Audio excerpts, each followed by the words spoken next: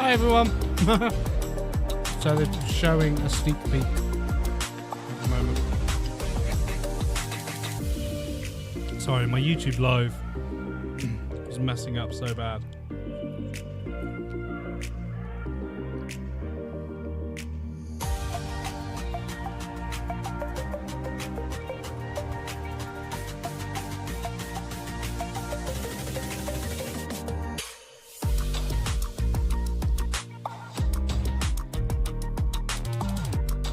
Right, are we live now?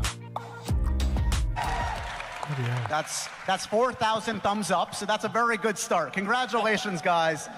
Look, we're also excited about this show, and also, James, of course, this is the first official project that you launched as part of your DCU. Can you talk a little bit about why start with Creature Commandos? Well, the reason is, very technical. It's because it was written when I started as the CEO of DC Studios.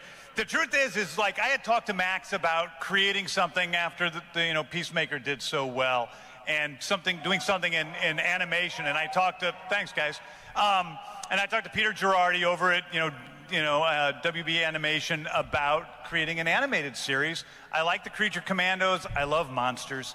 I love Frankenstein and the story of Bride of Frankenstein. And so it just seemed like the perfect thing to do. And I wrote the scripts without even having a deal. And then I happened to get hired as the head of DC Studios. Hey. And I very graciously, thank you, greenlit the show, and we made it. How would you say, when we see this show, this sets a creative template going forward, if it does at all? Well, I think what this show does is it shows this show is its own thing, and every single project that comes out of DC Studios is going to be its own thing. This is we want this to be very different from what Superman is going to be when that comes out. We want Peacemaker to be different from that when that comes out. But also, those are just the things I'm doing. Right now, Anna and Craig are dealing with Supergirl, and it's just going tremendously well. We have Chris and Damon and Tom who are dealing with Lanterns, getting ready to shoot that, and that's been amazingly well. So every one of those things is going to be very different. It's a connected universe, but we're not imposing any sort of overall aesthetic. And the Creature Commandos show is definitely its own thing, as you can see. Talking about an aesthetic, there are very specific stylistic choices you and Dean have crafted here. Talk to me a little bit about, you could obviously go many different ways, innumerable ways in animation. How did you arrive at the look that we're seeing in Creature Commandos? That's a good question for Dean. Yeah, well, first of all, you can see it's got like a real sort of Eastern European kind of aesthetic to it. We were looking to do something that was sort of grounded, but with some style to it. So, it's got a lot of really dark tones. That palette's really kind of cool. But as you can see, it's very action oriented. It sets itself apart from, say, Harley Quinn and those kind of shows. It's I don't know. It feels more adult, I think. Trailer drop. How did you find working? I'm gonna watch this panel in first, then we'll animation? react. Did it free you up creatively? I mean, obviously, all your work has. This has been a really interesting experience. So I got the first finished episode back. This has been a long process because it takes a long time. And I wrote the episodes, got the cast, we directed the cast. They all were fantastic. They start with animatics. They go through that, a few drafts of that, and it keeps changing and changing and changing and changing. I got the first episode back. I was like, oh, okay. Well, I think this is going to be okay. Let me just preface this by saying I started out as a screenwriter. Working with directors is really hard because you never have it as good as you imagine it in your brain, which is one of the reasons why I started working as a director. And I'm not the director. I directed the voice actors, but not the animation. And the first episode was good. Then the second episode, I was like, oh, shoot, wow, this is actually really good. Then it got to the fourth episode, and I'm like, this is the best experience I've ever had with a director who wasn't myself. And then episode 7 came about, and I'm like, oh, this is better than myself. This is the best experience I've ever had on any project I've ever worked on, including Guardians, including the Avengers movies, including anything. And I just have been so proud of just everybody has come together in such a perfect way. This cast here, the guys over at Bobby Pills who did the animation, you know, Dean and Rich and the guys over there, the guys, Peter Girardi and the guys at Warner Brothers Animation. Everybody really pitched in to make it something beyond He's just so passionate, what man. any of Gunn us is just expected. such I think a passionate guy. the cast felt that way too from all the text I was getting when they saw the first 4 episodes. And it gets even better after that. So, okay, I want to get to the cast, but first just talk to me about, look, there's some folks that are new to you here. There are some folks that have obviously worked with you before. Yeah. What was the approach? Did you write with specific folks in mind? Obviously, there's some folks that we've seen before that you're writing I mean, most people up here I actually wrote for. I mean, obviously, Steve Agee was already John Economos in Peacemaker. It's died again. Alan is somebody, he was my first choice for Dr. Phosphorus. We've worked together a lot. He's been my friend. He's been in a bunch of stuff, you know, so he was my first choice. I didn't write specifically for him, but I thought of him early on. Maria I wrote for. She was the first person ever cast in the DCU. So I texted her because she speaks Bulgarian, and we needed to have Princess Rostovic's, and we needed to hire everybody from that country, and they needed to speak the same language. So I wanted it to have, you know, wanted it to be what Maria spoke. So she was hired. Next guy, what's the next guy's name again? Sean Gunn. Yeah, he, you know, I wrote the character. He already played Weasel, and then I you know, thought he'd be good at G.I. Robot. He's fantastic. Zoe, I had never met. She auditioned. She freaking killed me, and she kills me on the show. And the heart of Nina Mazursky, who is the heart of the show. She's, you know, one of the leads along with the Bride and Rick Flag. And thanks, guys. Harbor is somebody who I've wanted to work with a lot. You know, it's a great cast. You know, Go on. He's a genius. Please continue. Yeah, he's the greatest person I've ever met. I think that's good. That's a little much. No, he's somebody I want to work with. We offered him the role of Frankenstein. Man, you guys, this version of Frankenstein goes back a lot to the original, you know, version of Mary Shelley, and he's fantastic. And then Grillo and I had talked about working together forever. And, you know, we've been, literally for probably 6-7 years, we've talked about doing something together. And when I came over to DC, I was like, yeah, I think I have the right thing. Yeah, and I paid him some money, and it all worked out in my favor. That's right. So that's how DC works now, payola. Yeah, when in doubt, God, bribery fans works. are gonna like that. That's the message today. Oh, okay, did so let's you go hear down the line. the Steve, bribing? obviously, you have some history with this character. Economist in this one, similar take on it? What is it a totally different thing when you're in the VO booth as opposed to being on Peacemaker? Economist is steadily staying the same. His arc is a straight line to awesomeness. Yeah, he's not a hero, he's not a monster, he's just a terrified pussy, and we saw that in Peacemaker Season 1, and you'll see it in 2 and in this show as well.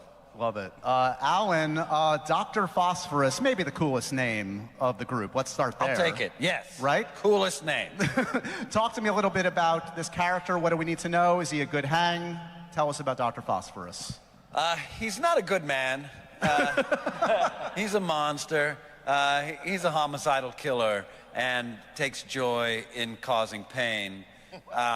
You do get his backstory. Everybody's gonna, you know, you're gonna see where everybody came from, their origins, and it's terrifying, and it's what created him. That's why they call it. It's so an weird that the origin DCU story. is Oh, thanks, Alan. Yep. Wow. technically with animation.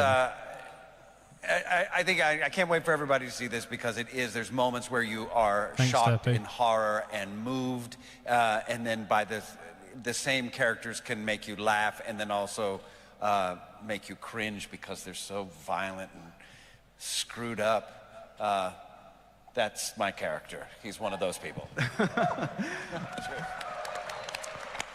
Maria, you are not a creature commando. We can say that. Where do you fit into this storyline here? Where does Ilana Rostovic fit in? Well, you know, I got to work with James Gunn on Guardians of the Galaxy, and I was so... excited She was the that this dog is happening character, because wasn't she, in he's not Guardians only of the Galaxy incredibly 3? extraordinarily talented writer, director, leader, but the nicest human being that I got to meet. So when Guardians ended, I was like, oh no, why am I getting here so late? I'm never gonna see him again. And then one day I got a message. I'm writing something, thinking of you. She's gonna be this femme fatale Disney princess, and it's gonna be part of Creature Commandos. Look out for it. And I was like, what? Is it really gonna happen? And then it happened. And it's an original character that he developed, and I'm humbled and honored to play it. It's interesting. Amazing. Sean, we get to see the return of Weasel, but we also see, yes.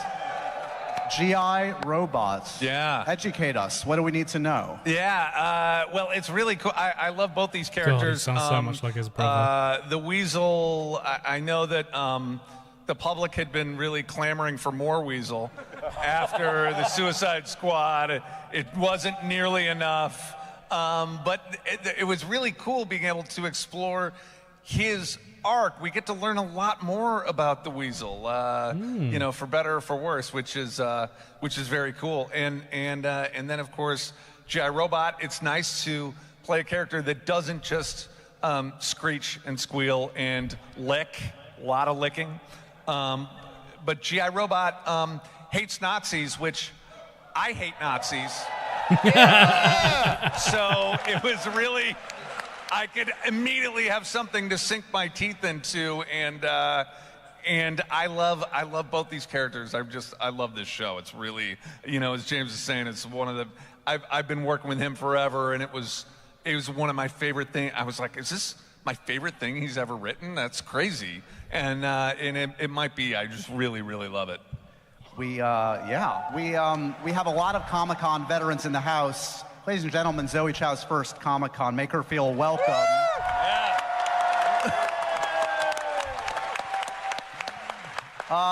Nina Mazursky, not necessarily a name I would associate with a superhero team, but she's a part of it. Tell us about her. She is.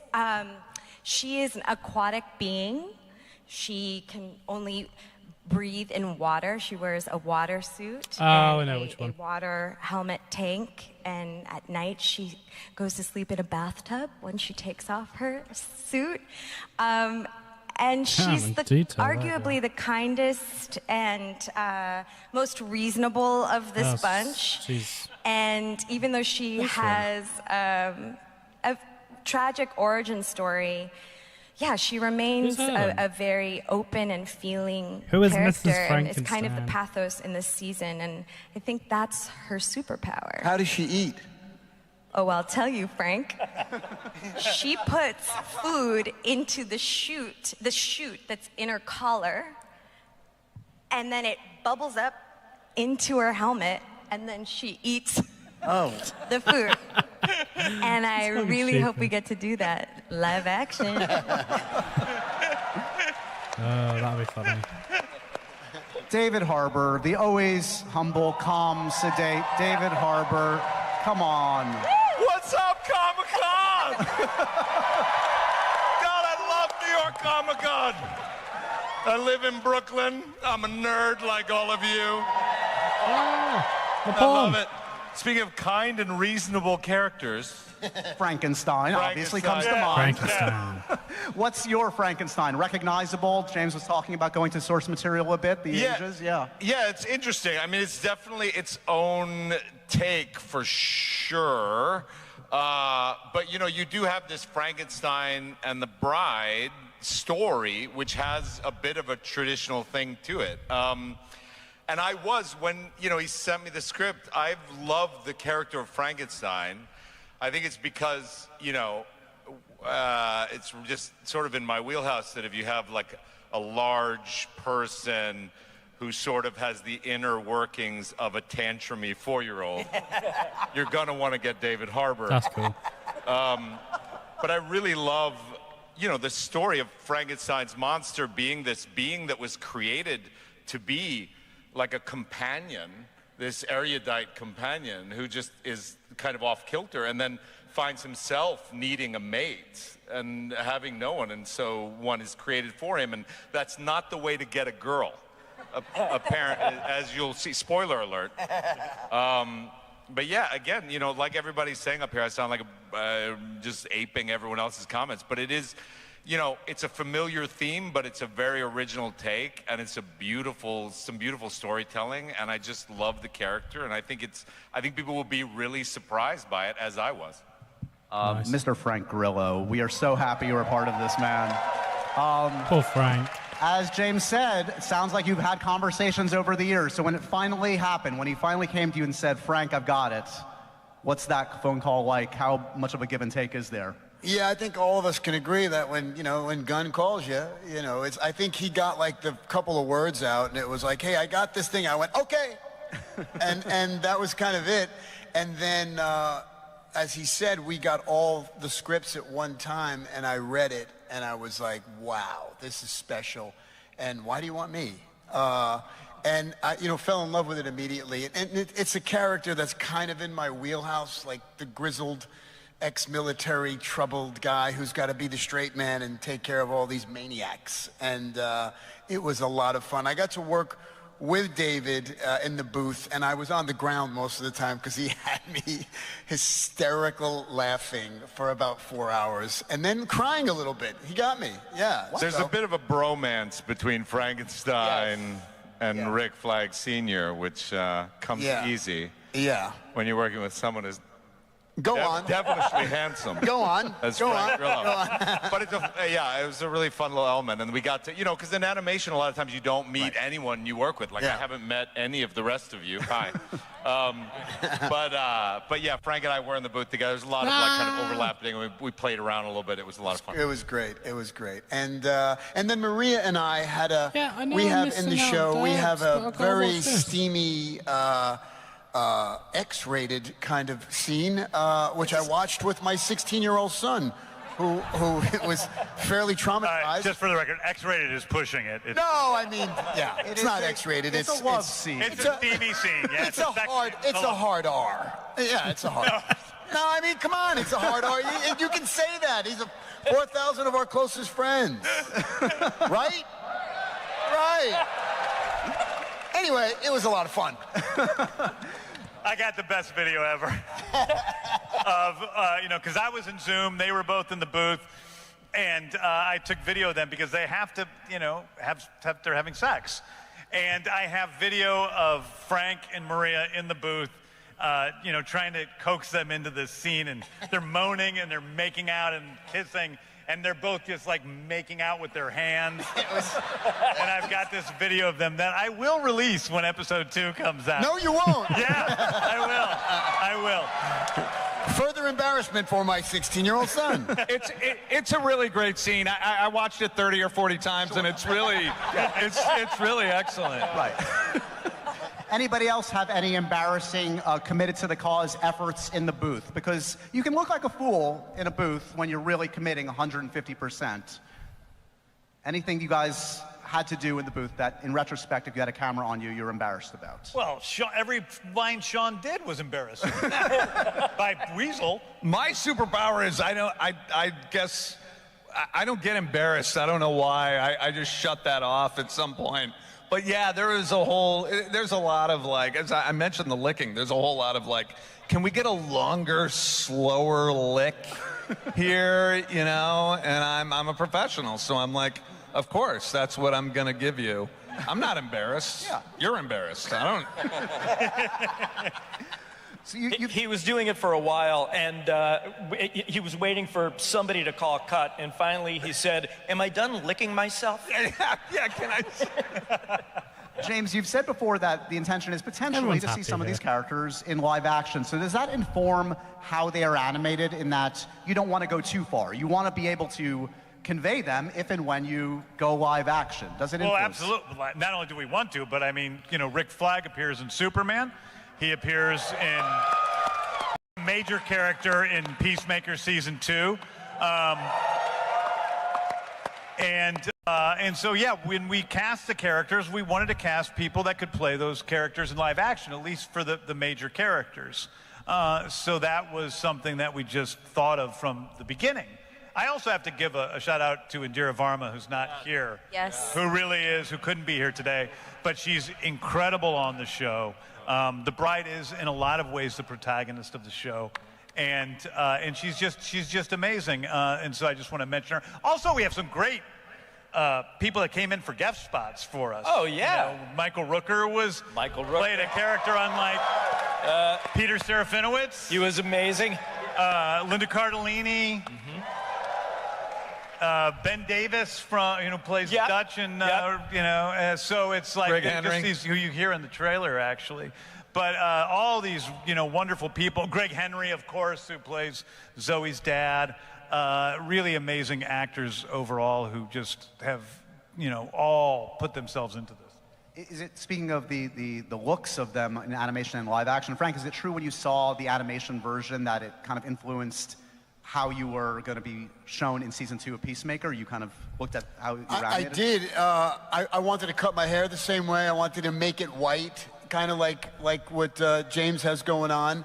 I really wanted to look exactly like that. I wanted somebody's body imposed over mine. But I was doing another show at the time, Tulsa King, and I was like, I had longer hair, and we kind of had to reverse engineer. We did. My hair because of, and so I never got to do, but in season 3, I think maybe. What? You go suddenly completely. Yeah, I go white, and maybe I could cut my hair a little bit. Yeah. We get it as close as we can. We did, yeah. It must. But people have asked, like, is my hair white and stuff? And I'm like, no, it's not. It must be invaluable for you guys, though, because I assume you saw renderings of your characters when you're in the VO booth. How did that inform your portrayals of the characters? I didn't see the character drawing till afterwards, but I know what John Economist looks like because I've already been doing it. Zoe, did you see Nina? Did you see Nina before you recorded? No. Oh, really? I don't think so, but I was like, there are my gills. Yeah. I'm so... How do you know? Okay, we kind of alluded to this before. You talked about kind of, a love scene in the show, but like the ability to go big and weird and extreme in animation, like how far to push it. Is that just an internal barometer you have for yourself? Well, there was one thing in the show I remember that I thought was too much, and I pulled it back a little bit, but not very much. No, I mean, for the most part, when you have actors this great, you're just giving little, nudges one way or another. Yeah. Can we also allude to maybe the structure of the show, which I found very interesting, in that this does tell a single story while at the same time exploring the backstories, right? Yeah. Yeah, I mean, we stole it from Lost, but basically it's the first episode is, you just see the team come together, but then every episode after that explores the backstory of one of these characters. Not necessarily the origin, in some places the origin, but just something from their past that we see about how they got to the place where they are today. And we get to know these characters in a much more intimate way because of that, and I think it's I feel like a that's really gonna be fun a way hit to and get to know them. And you see that some of them are a lot better than maybe we think they are at the beginning of the series, and some of them are even worse. Right? So it's really fun. I think that, a lot of people have said to me, well, this is Guardians of the Galaxy. It's about a team of misfits coming together. And I'm like, well, there's some truth to that. But the truth is, this is like, at the end of the day with the Guardians of the Galaxy, you know that those characters are all good people and animals and trees. This isn't necessarily the case. This is kind of like Guardians of the Galaxy with the sentimentality stripped back, because the characters aren't all perfect and the stories aren't perfect, and characters die, and it isn't always for a purpose, like when Yondu dies at the end of Guardians 2. Sometimes it's just a tragic circumstance, and it's a darker story than that in a lot of ways, but hopefully equally invigorating. That being said, I mean, I've seen 4 of them. It is hugely emotional. I don't tend to cry or get emotional watching animation short of Pixar. Josh has seen 4 of them? But you go there. You really do push Josh, it, and man. it's very effective. Yeah, I mean, I He's the best remember Josh writing Alex. one of the episodes, episode I don't even know which I should say which one, episode 4. I won't say who it's about. And I walked into I was in Colorado with my wife, Jen, and I walked into the kitchen and I was like, I think this is the saddest thing I've ever written in my entire life. It is really heartbreaking. And I could feel it in my bones how sad it was. It also happened to be the episode that I was the most insane about getting right, you know? Yeah, you were really on top of that one. Yeah. But it was great. And when we were working on the episodes, I give a big shout out to Rick Morales, who was our animation supervisor, did an amazing job. As we'd finish each episode, we'd come in and see each other and go, is this as good as we think it is? And it was just like, it kept growing. And we fell in love with the project as we were working on it. I assume by now, most, if not all of you, have seen some of the episodes. What struck you? I mean, obviously, it goes to a whole nother level. You're in the VO booth, you read the scripts, but then see all the art come together must be a trip. What struck you? What surprised you? It's sexy. Ooh, it's so sexy. Super sexy. Yeah. You're not used to it in animation. I mean, that's not the kind of stuff I watch.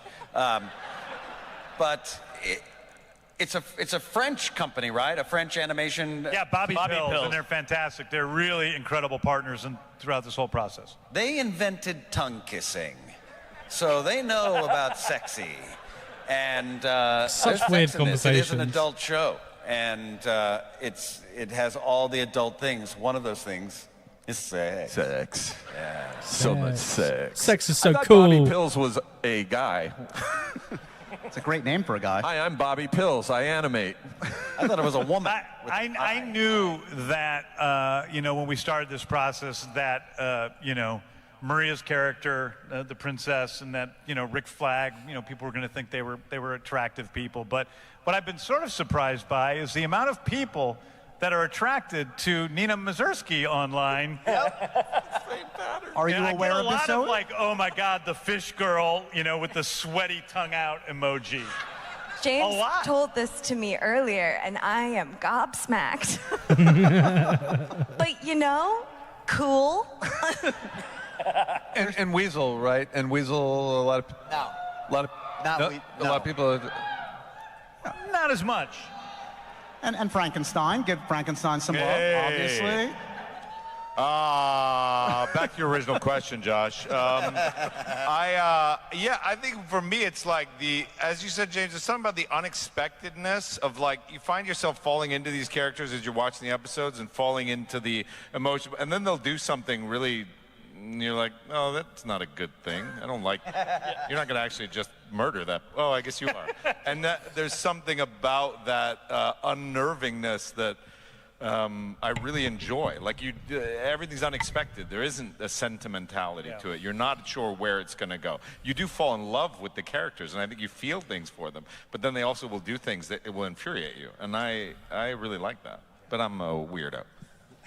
That's where you're in the right place. Don't worry, David. Yeah, I'm here. Dean, obviously you have extensive experience in animation before. What do you think you brought from Harley Quinn, et cetera, to this project? How do you take it to the next level? What do you take the learnings from there Harley to Quinn. Okay, to brilliant. Commandos?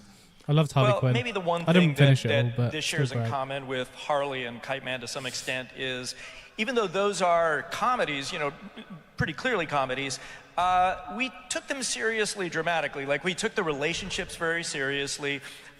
When there was a death or anything like that, we wanted people to feel it. And so that was a little bit of a crossover, because this gave us an opportunity to more fully do that than we could do in a pure comedy like those shows. Yeah, boy. There's the audience for Creature Commandos. Start them young. Okay, who's jealous of another character on the stage? If you could play a different character other than your own, having now read the scripts, seen the show, is your own character your favorite, David? I can see you're quizzical. Look at me. What did you ask? If you can play a character if you could play any other character in the cast. A character other than Frankenstein, who would you play? Thank you for who translating. Would I play? Yeah. Thank you. Oh, the fish girl. Yeah. I was thinking the same thing. That checks out, yeah. No, I don't. I want a fish. I'm breathing in water. The thing's gonna come up in my. I'm gonna eat it. Yeah, I want to be the fish girl. who you want to be. I thought she just said fucked. Well, to be honest, I really, Nina really resonates with me. You know, she this is an earnest answer, but she struggles all of her life to sort of find her tribe and where she belongs. And, you know, she's half human, half fish, and I am biracial. And it does kind of sound silly to talk about it in 2024, but like I grew up in the 90s and, you know, white community and stuff. So what was so compelling about Nina's story is cool. She's been able to take aspects of her real life and input it into the character, which is great. Open to unexpected. I can tell she's shitting herself because New York Comic Con, so many nerds. Even though she's been shunned by so many people in the past. It's great. So I ride for Nina. That's why. Wow, so that's 2 votes for the fish girl. I'd play Economos because it's so easy. Like, that dude barely does anything. Yeah, it's true. Right, you don't have to work very hard to play Economos. Yeah, that's like any actor. You could just you could just pick an actor at random and they do a fine job at it. We could pick anybody out of this crowd and they would do just as fine a job. Fucking right here, man. I can hear you. Do you have a rebuttal, Steve? Are you okay?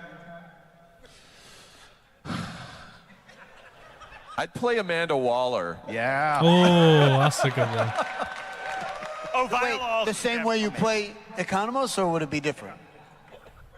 I honestly can barely hear anything anybody is saying. But yes. It is a treat getting Viola Davis, come on, to be a part of the show again. Viola was like... She's one of my favorite actors I've ever worked with, if not my very favorite. She's such a great woman.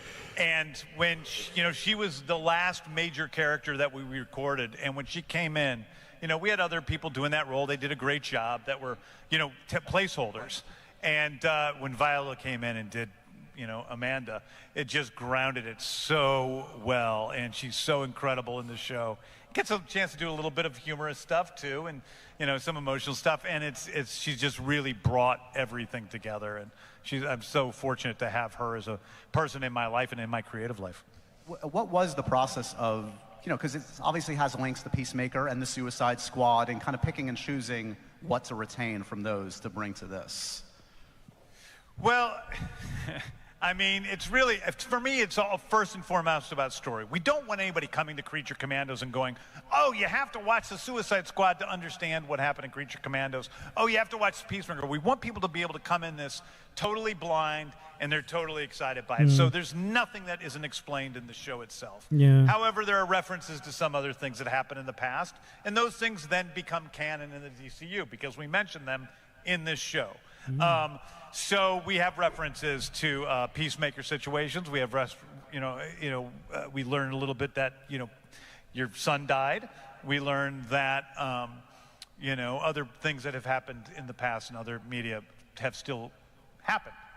And there are, safe to say, we obviously know Frank, Steve, we will see again in live action, but there are plans afoot. You are thinking of how to utilize this amazing cast. Absolutely. We have ideas for other things, and a couple of these people may appear in other media, as other characters, soon. Interesting. You?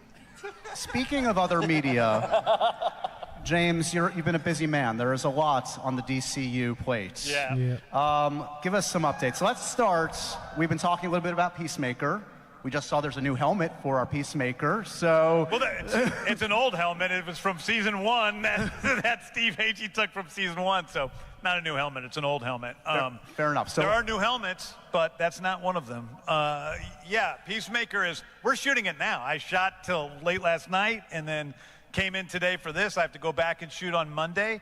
The new series has been going exceptionally well. Somewhere we have Greg Mottola in the audience, who...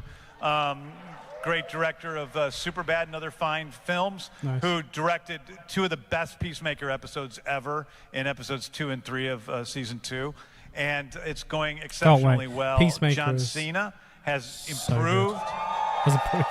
as an actor in a way that I have, like honest to God, I have never seen anyone who has gotten so much better in such a short amount of time. He was great in the first season. This, you know, and the rest of the cast is all there. The 11th Street Kids, as they're called, and we're having a great time shooting that. And it's a very different season of Peacemaker, very magical. Nice. I'm just excited to see him back in the costume on the press tour again. I hope he commits. I know he will. He always does. Superman. We are very, very, very excited. Next summer, Superman. You recently showed off Crypto. Yeah, we have Crypto in the house. Yeah, Crypto's been something that has been just amazing. We've been working with him in the edit, and he's just he's an incredible part of the story. He was an incredible part of the story to me personally. When I was writing the screenplay, he kind of came in and, you know, changed everything up. And the movie is going extraordinarily well. We're deep in the process of editing. David Corn Sweat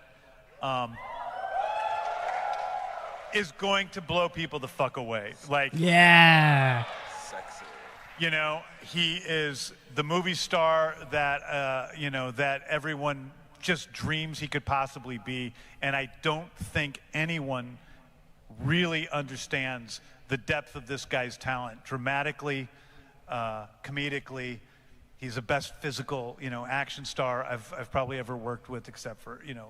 Yeah, take it down a notch. Except for Frank. Let's take it easy. I've heard Except for stories. Frank. He's an amazing actor, and Rachel Brosnahan, people are going to die for her as Lois. Eddie Gathegi is Mr. Terrific. So it's really been it's been a great process. Where the edit is getting really close to being, you know, good. I mean, the movie's good, so it's like I feel good about it, and it's a, you know, I'm really hard on stuff, so it's been fantastic.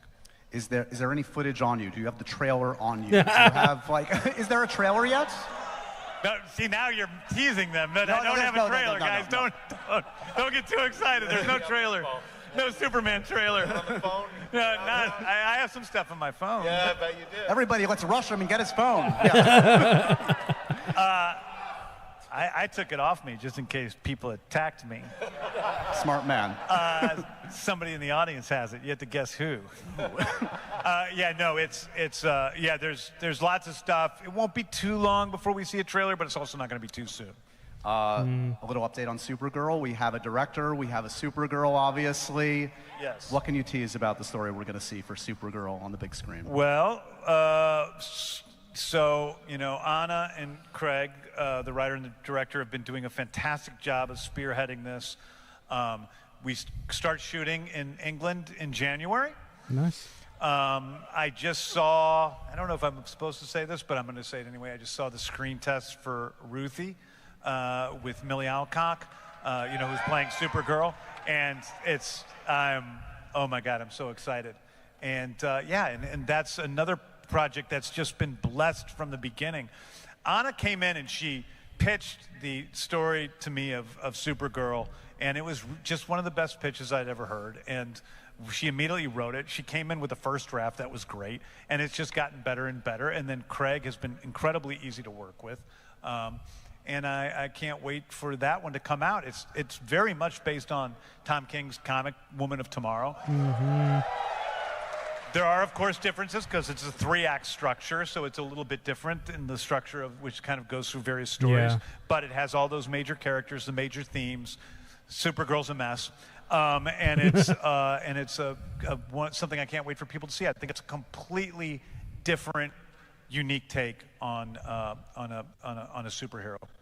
And talking about unique takes, it sounds like the Green Lantern story we're going to see in Lanterns is different than we've ever seen.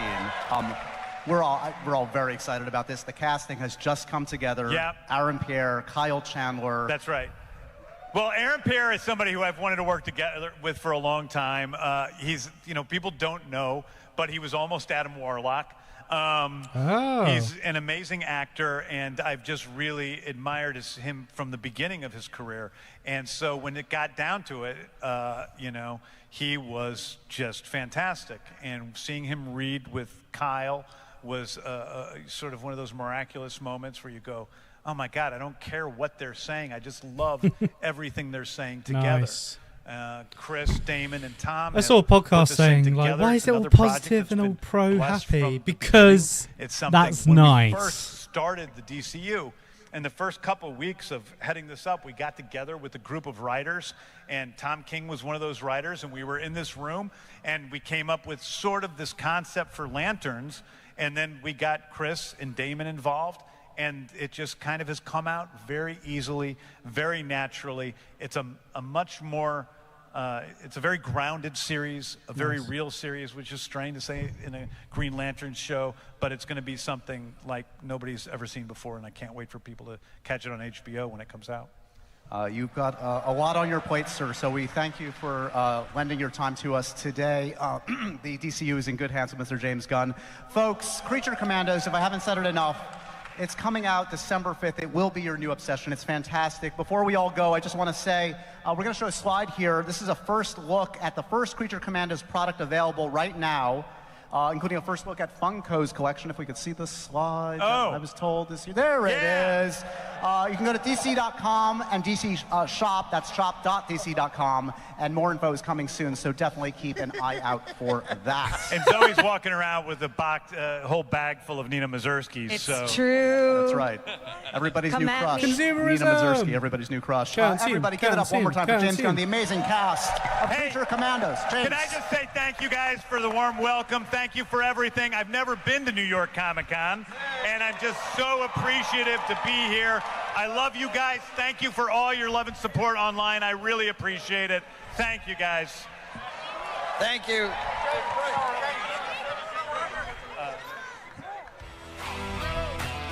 Cool. That's my private stuff.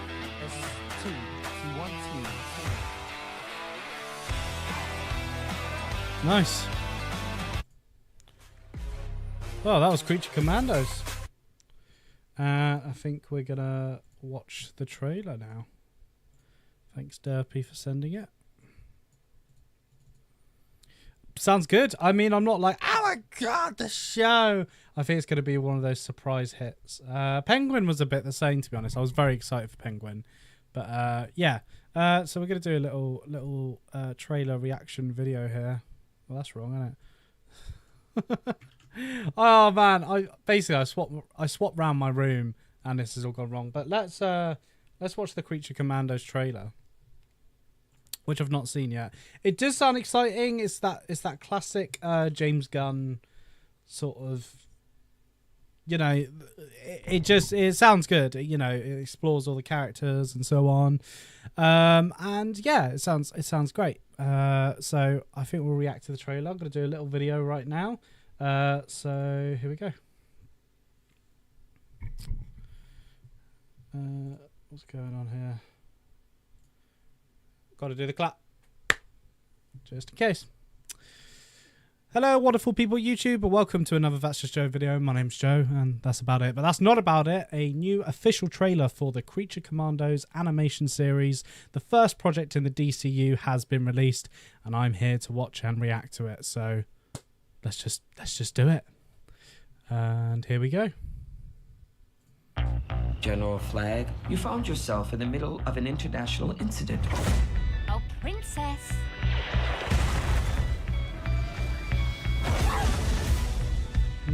The United States is in the business of saving the damn world by any means necessary. What in the holy hell? Congress said we can't use human prisoners. These assholes aren't human. Do you understand me now? Who is she? We call her the Bride. I was born here. Who's Jason and the Argonauts? That's Dr. Phosphorus. Why are you doing this? It's business. What is that thing? The Weasel. We know it has what it takes to survive. That's Nina Mazursky. Daddy? Last one is G.I. Robot.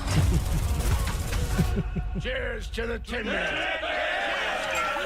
Basically, IG-11 from James Gunn. I know you all aren't exactly enthusiastic about this mission. I didn't realize I had a choice. You said you wanted me to be a hero. Not like that. Oh, Did we find DCU. out the truth of what's going on here? We're supposed to be on the same damn team. GI. Friend Nina. Oh. Shish kebab. Nice. Oh, I You're love. always so hyperbolically violent. You need therapy. I just really like the music.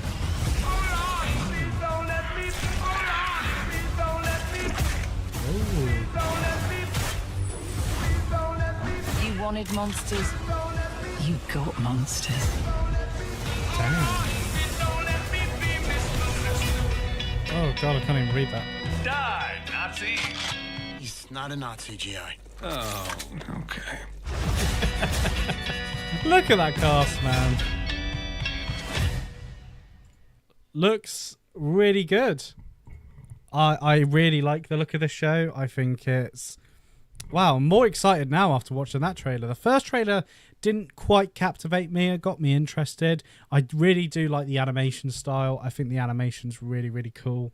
But yeah, there was a lot in there, and it is modern day. I was confused at first if it was because they were saying about how they get to kill Nazis and everything, but I guess Nazis return or something in the DC universe. But yeah, it looks really good. Really, really... Oh, sorry. Really, really good. Oh, I keep doing this. I mean, what James Gunn just gets right is just characters, just really bad people. And he has said in the recent New York Comic-Con panel for this show is that it's not like, oh, we strip that away and show the good of them. They are bad people. Like, they are bad. And it's very similar to Suicide Squad, but to be honest, I saw the way more good in the Suicide Squad, even King Shark, than I guess these guys. Maybe you won't love them. But yeah, no, I'm really looking forward to it. What do you think of the trailer? Are you looking forward to Creature Commandos, the first entry in the DCU? Let me know in the comments below. Love to hear your thoughts. Make sure you like the video if you like this and subscribe to the channel. And that's about it. Thanks. Bye. Cool. Well, that's that video done.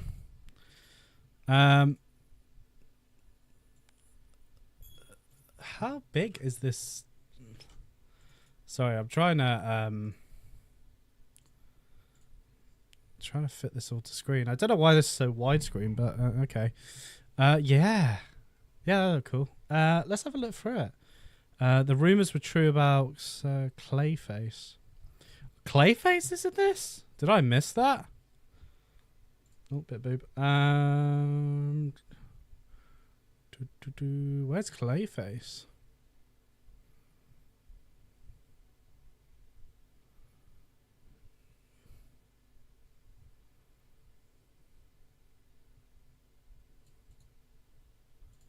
Oh, there you go. God, how did I find that so quick? Is that Clayface? Wow, it's very Clayface-like, isn't it? That looks cool. So, Fantastical Batman it is. Please don't let me be misunderstood.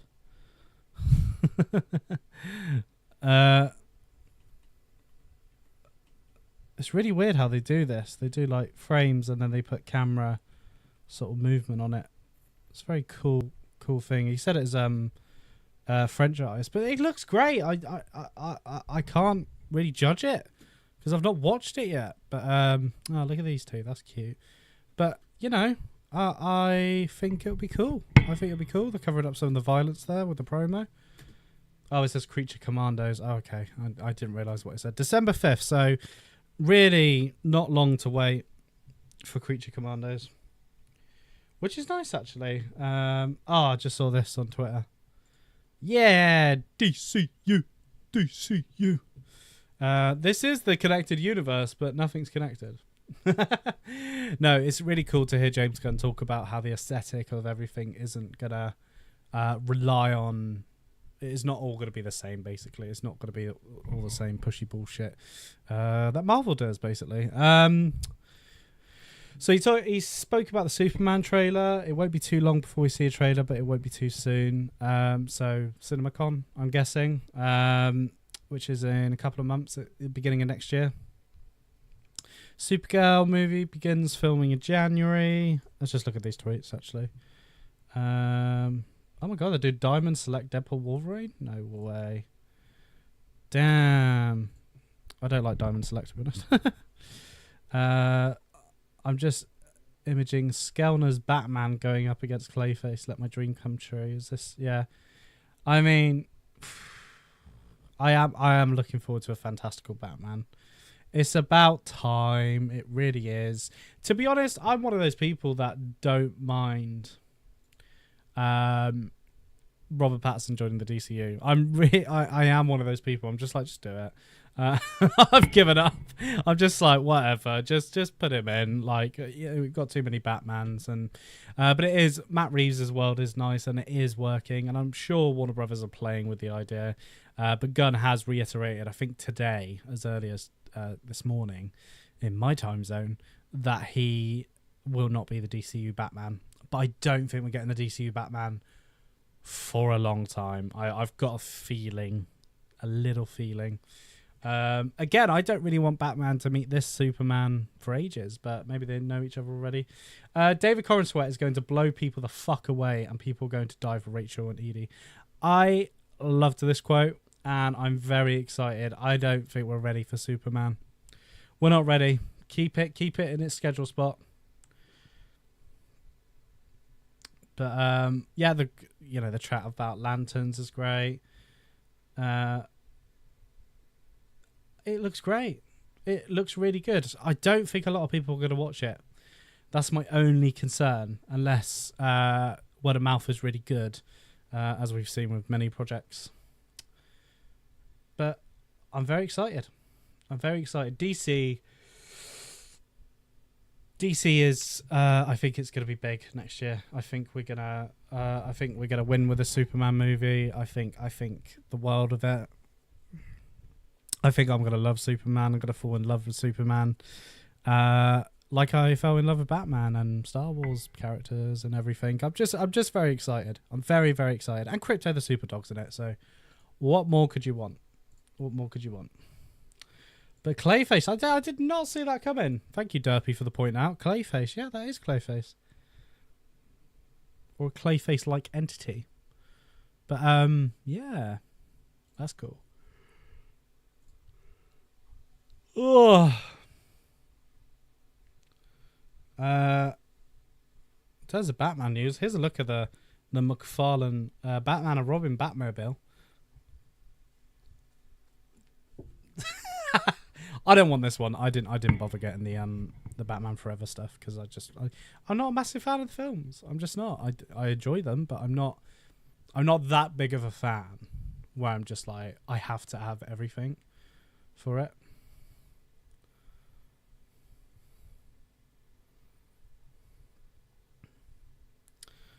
It's very exciting times. It's very exciting times, definitely. But we still got to wait. Because I don't think the hype is going to begin with Creature Commandos. I think the summer of Superman, I'm really hoping, just blows everyone out of the water. I just hope people are going to be blown away by Superman. I really do. I hope I'm going to be blown away by Superman.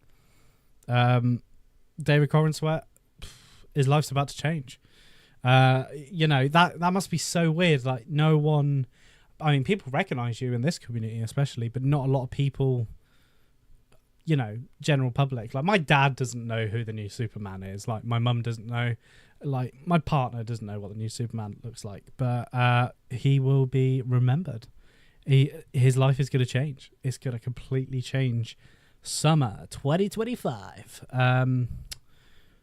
But yeah, it looks great. We've got no more news coming, have we? Yeah, now for some much needed rest. That was phenomenal. That's from one of the best DCU TikToks. Home of DCU on Twitter. Yeah, looks good, man. So I need to go and edit that Creature Commandos trailer now. Thanks, Derpy. I'm joking, man. I love you.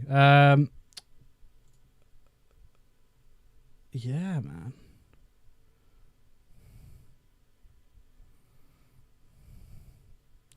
I think people are really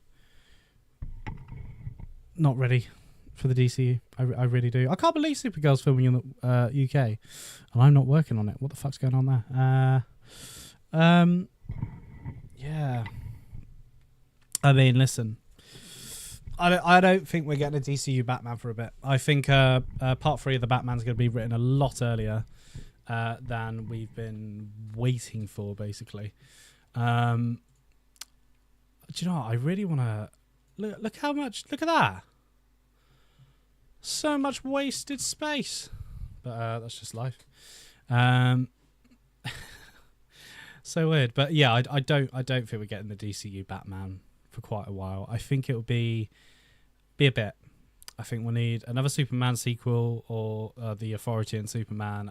I think we need more projects to kind of line up with the continuity of the DCU before the world's finest happens, and that is going to happen. I think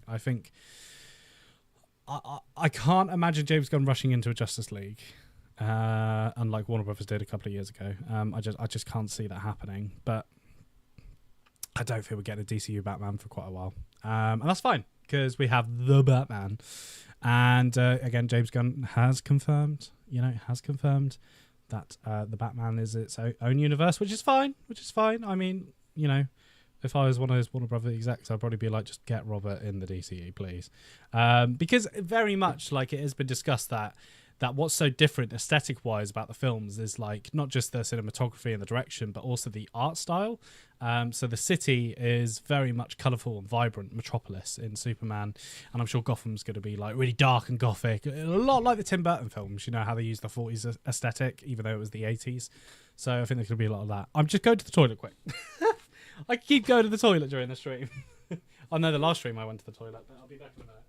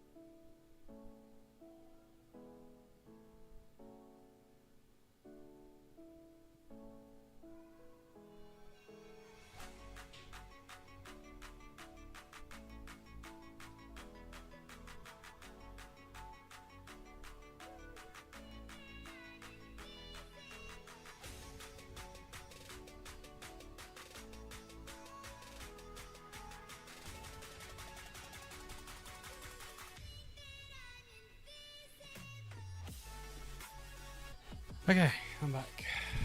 I'm back. Is the music playing? I played it for the toilet. Yeah.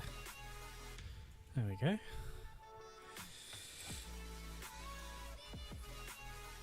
The DCU, eh? What a time. What a time to be alive.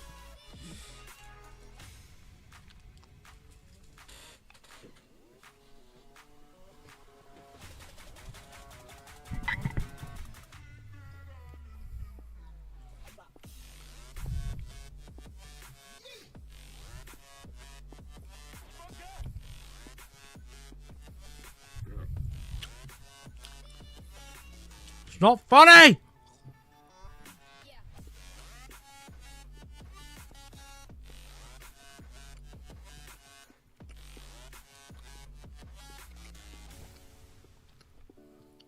Mmm.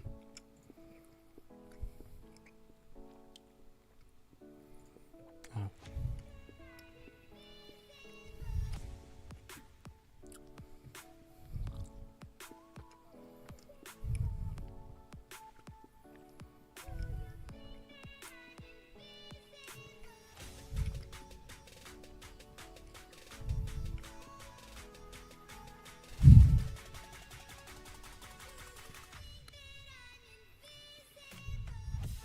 Hi, darling.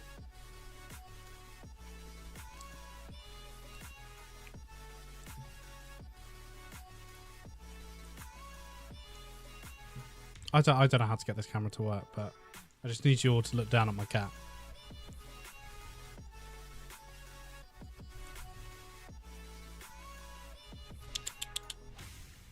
Dee-dee. Okay. It's okay. She's a bit upset today because her mum is not here at the moment. You go to bed, darling. Go to bed. Why is this so close? I don't remember making it this close.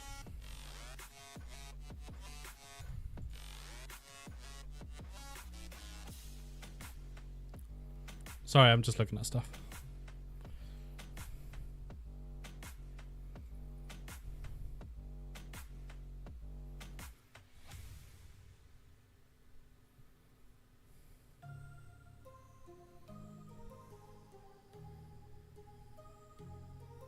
What is it with this guy that's like walking around Vegas and just trying to beat up people all the time? Just ran into a woman. Wow, real tough guy. Look out, ladies. Quite literally, look out. First DCU canon comic has been announced. Vigilante and Eagly double feature. James Gunn is a consultant on it. This will serve the bridge between Peacemaker Series 1 and 2. Nice. I'm home with DCU there. Seriously. My cat is being so annoying.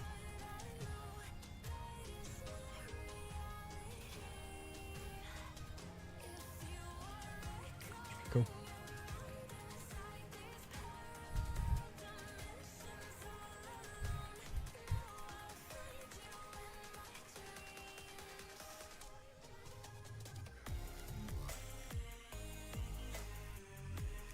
I didn't know this. Elijah Wood has been cast as Dr. Jonathan Crane in Batman Arkham Shadow. Only available on VR. At long last, I'm able to finally announce that I am playing the role of Dr. Jonathan Crane, Scarecrow, in Batman Arkham Shadow. So cool. When Camouflage initially approached me about joining the cast for this, I was super intrigued for a few reasons. I'm a massive Batman fan, both in films, games, comics, collected the toys when I was young. And I was super intrigued at the notion that this next chapter in the Arkham series would be done entirely in VR. I had never done performance capture before. I was super excited about that prospect. And then obviously playing such an iconic character was a delicious request. So listen, I'm very excited to see all of your reactions to this game. I'm excited myself to experience it and play it. But until then, remember, just like fear, the shadow exists within us all. Be well. Ooh, quote. Oh. The moment of defeat. Tell me, are you afraid?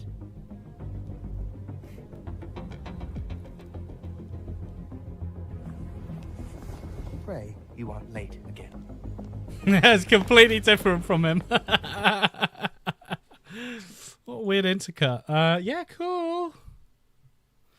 Yeah, Elijah Wood. That's a kind of debut casting, really. Okay.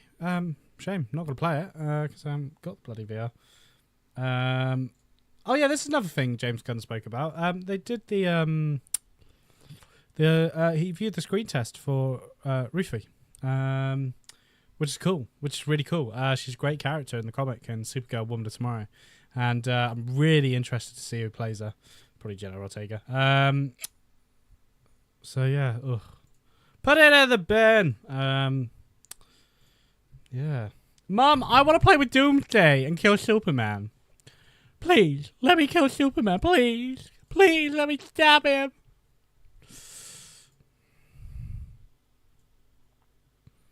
Another preview of the cat there. If you wanted that.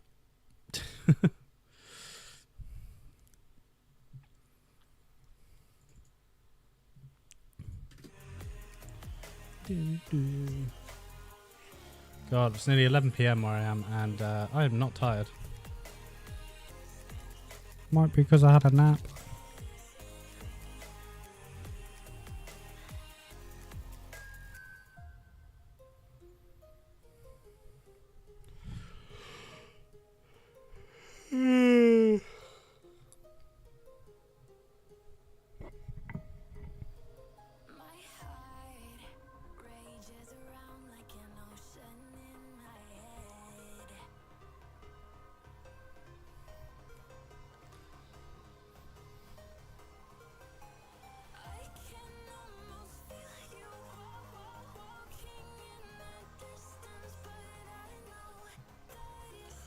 So someone commented, that looks like a college would use.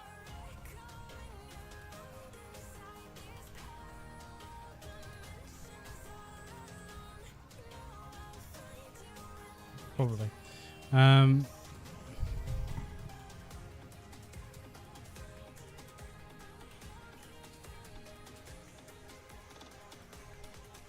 you know what? I'm really happy that I'm seeing Tatiana Maslany get more jobs, because Marvel fucked her over.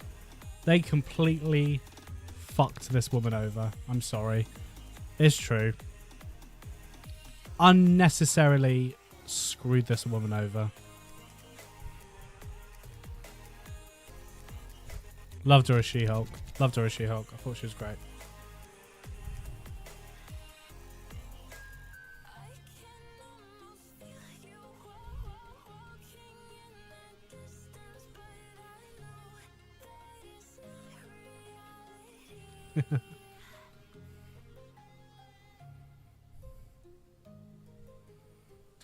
Let's text my wife.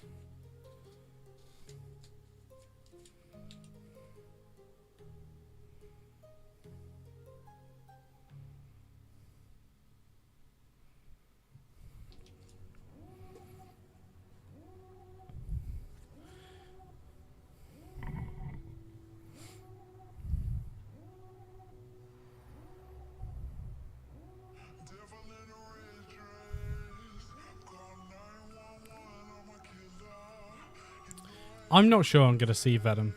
I'm really not. I'm not like dying to see it. I would like to fight Spider-Man. I would like to do it now. I'm well up for it. Never say never. It's over. I can't. Just don't care about Venom.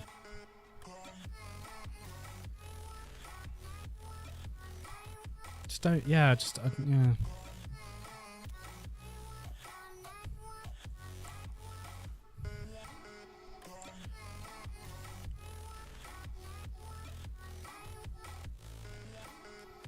Crazy we're getting Clayface.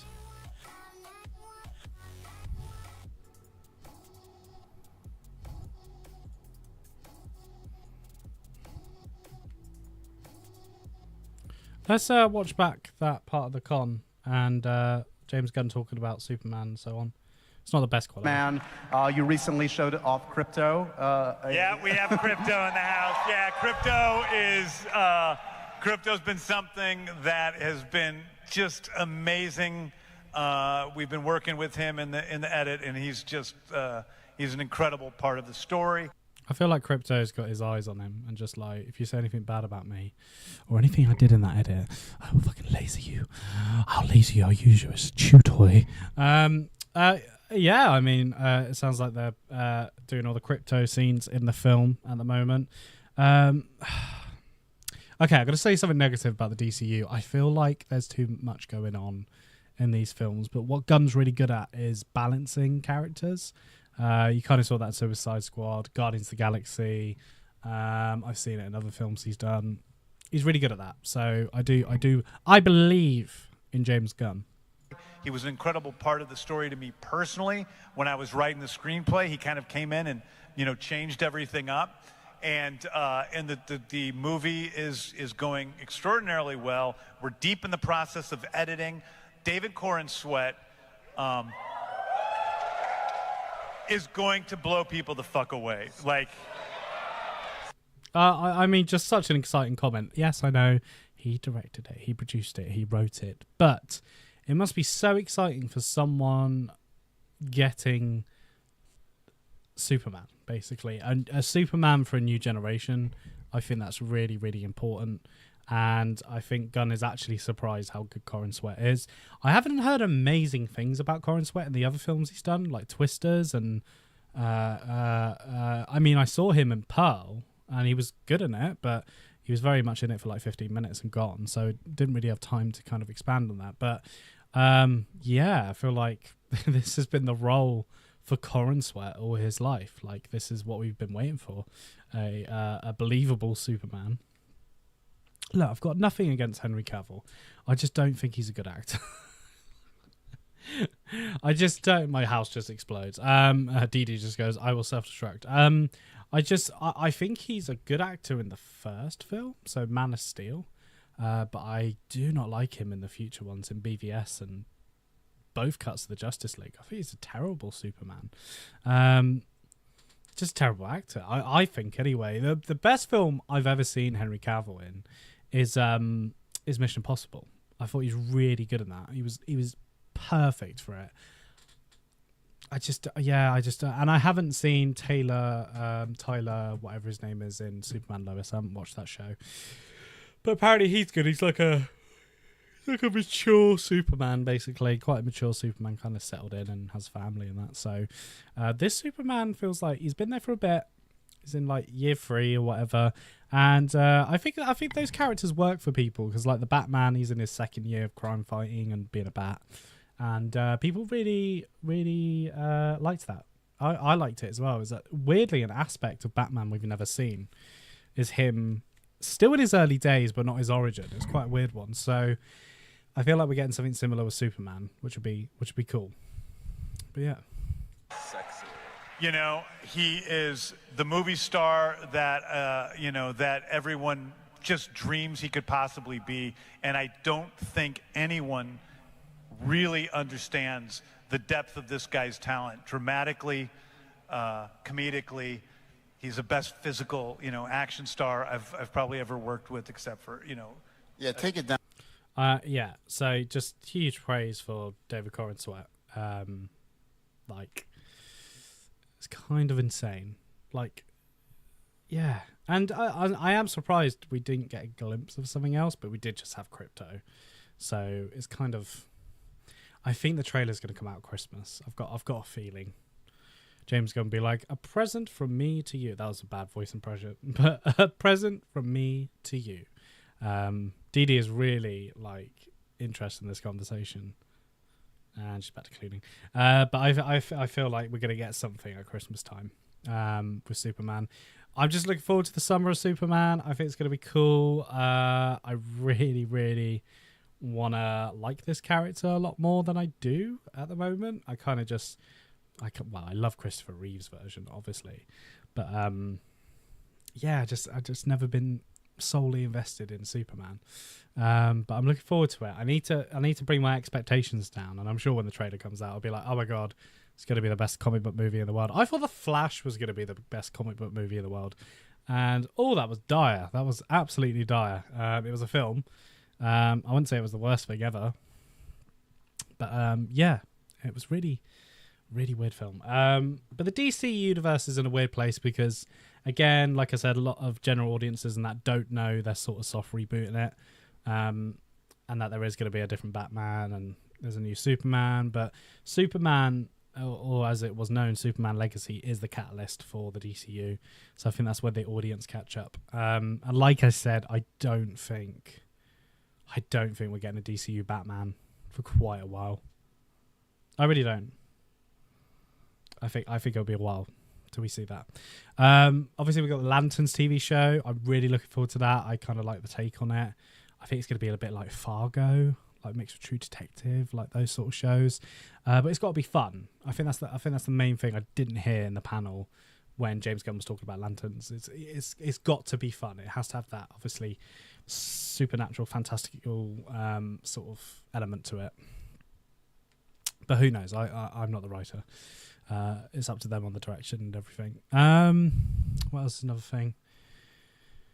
But yeah, we didn't have any of Paradise Lost news, which I was a bit about. Is Paradise Lost happening? I do feel like a few things are just being, announced, but it's like they're not going into pre-production, not all of them at one time. I think that's something we have to remember, is that initial announcement, he said that this isn't everything in chapter 1, and it's, I guess, not in this order.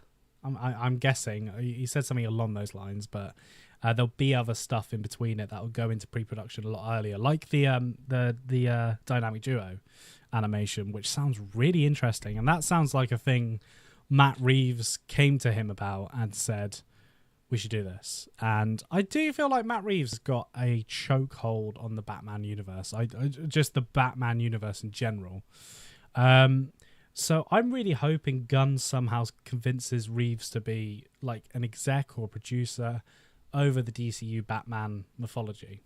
I think that would be really interesting. In terms of who he's going to direct Dynamic Duo, I think it'll be like an animation director, probably like the director of Nightmare Before Christmas. Not Tim Burton, he did not direct it. Steven something. Who directed it? Nightmare Before Christmas. I don't know if he's done anything recent, but Henry Selick, of course it is. Bloody hell. Idiot. Henry Selick. Yeah, so he did like Coraline and everything, and this sort of animation they're working with, this production company, it's very similar to that sort of stop motion stuff, like this basically, but they use actual animatronics and everything. Wendell and Wild was the last thing. Oh, he's director of Little Nightmares. Nice. God, he had a huge gap. He just got loads of money from Coraline, probably. But this was well received, but didn't get watched a load, which is a shame. Why am I saying that? Because I never watched it. I had no interest in this, so that's why I didn't watch it. But it seems cool. That's the thing, as you get older, you kind of go, I can't watch everything now. It's too late. Like, I can't watch everything that comes out. That kind of sucks. So one of the things James Gunn did say, he kind of said some of the DCEU stuff does still connect.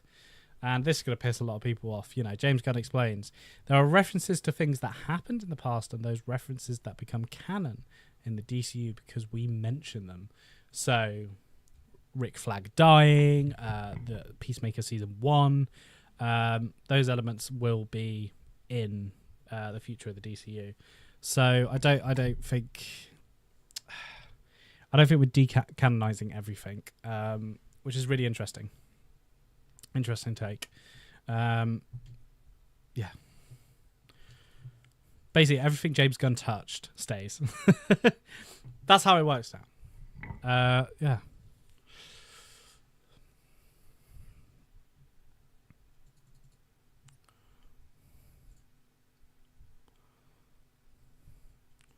Here's the Weasel statue.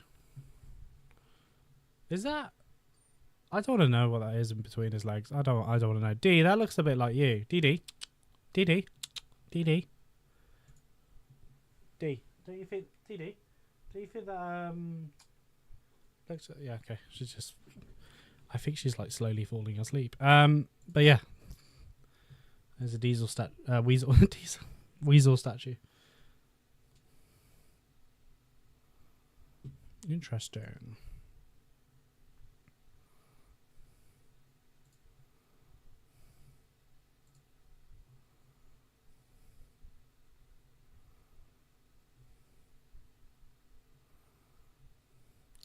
They showed the Comic-Con Daredevil trailer again and still haven't released it, and someone's actually just filmed it in high res. Just gone, there we go, I'll put it online again. No one seems to be taking it down. Just release the bloody trailer. I know it's because they want to advertise other Marvel products and blah, blah, blah, and that's how marketing works. Who cares? But yeah.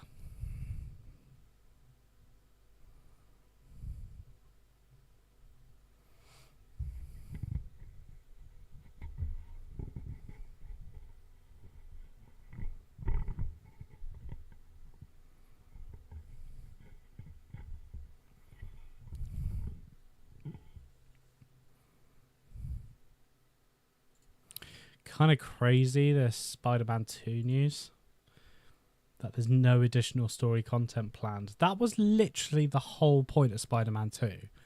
I remember them saying, there we go. This was the sort of content strategy.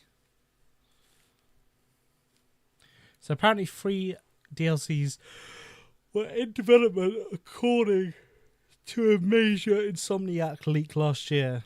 So this is how it was going to go. So Glorious Sights, new podcast, new photo mode options, friendly neighborhood mode, digital deluxe edition. I think we got that. And then it would have been Beetle Infestation, Spider-Man 2 DLC, open world mission boss fight, Extreme Carnage DLC, and Spider-Verse Anomaly. Kind of got the Spider-Verse thing with the catching the bots and everything, and then you get a Game of the Year edition. Insane, absolute insanity that we didn't get that. It really is.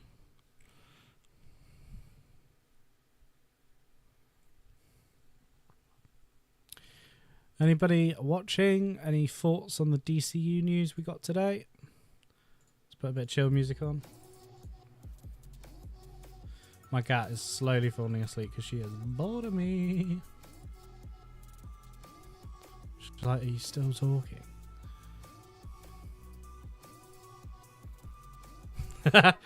I saw this edit ages ago. I think it just appeared back on my bookmarks. But this is Penguin talking to Mr. Krabs. My services to you and your family. Boo-hoo!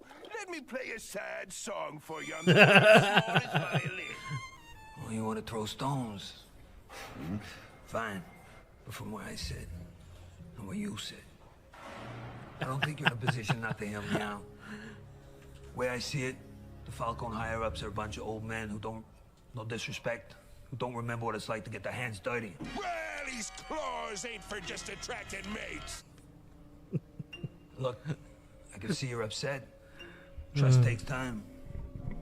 But Trust this ain't takes bullshit. time. Whoever controls drops, controls the streets. You know that's right. I like money. I mean, that's really what Carmine stole from you, ain't it? Money? Good seeing you. Look good. It's Take insane. on it, Sal. I'm done with the Falcons. Insane. Oh dear.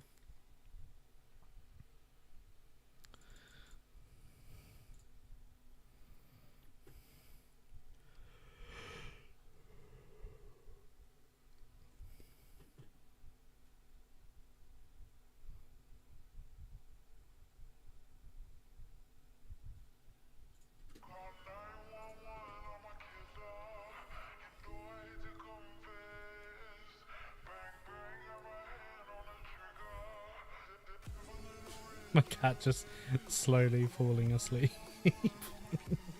Oh. There she goes.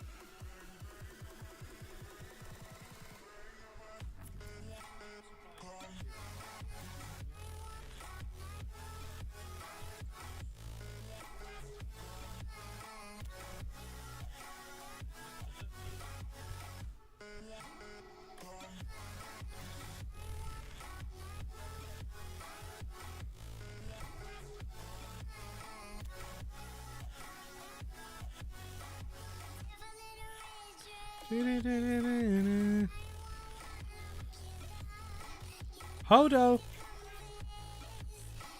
I just wonder if I whistle.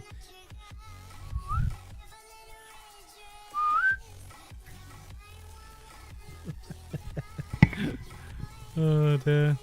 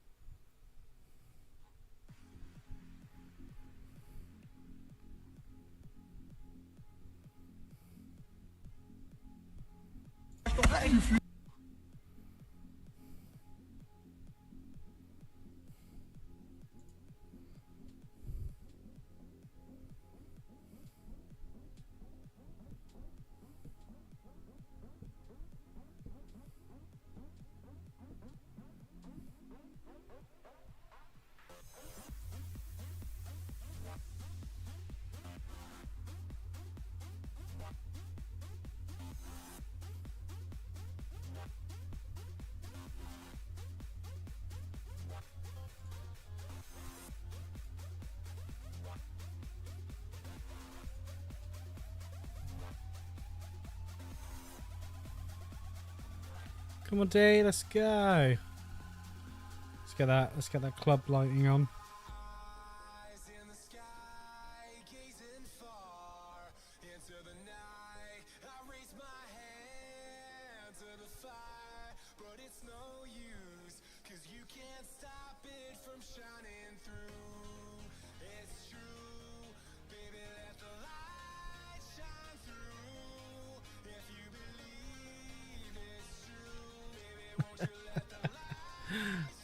Does not care. For you, for you, for you, for you. We will turn it off for her, actually.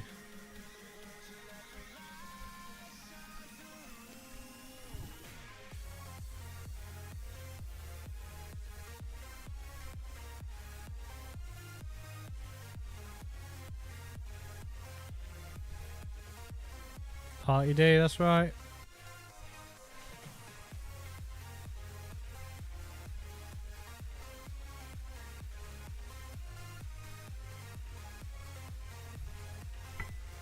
Take it away, Dee Dee.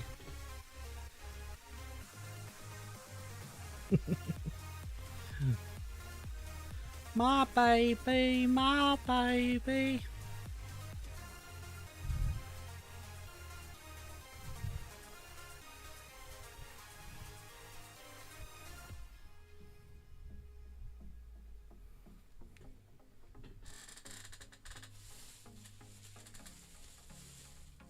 Sorry, I'm just getting a drink.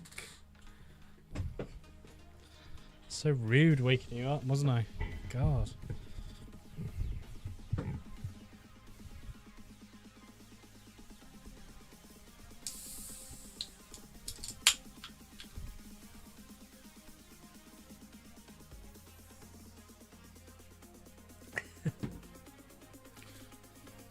Funny girl. Right, I think I'm going to call that a night. I've done everything I can. I am so tired. I've had a really long day. So I think we'll end the stream. But thank you to people coming in. Really appreciate it. I don't know why that's there. Sorry, I just saw one of my old streams. But yeah, that was the Creature Commandos stuff. I'm just so tired. I just don't have the energy to kind of just keep talking. But me and Dee Dee, I think we're going to call it a night, aren't we, Dee Dee? I mean, she's called it a night, but, you know, still need to go. Anyway, thank you for watching. And, yeah, see you really soon. Bye-bye. This is awkward.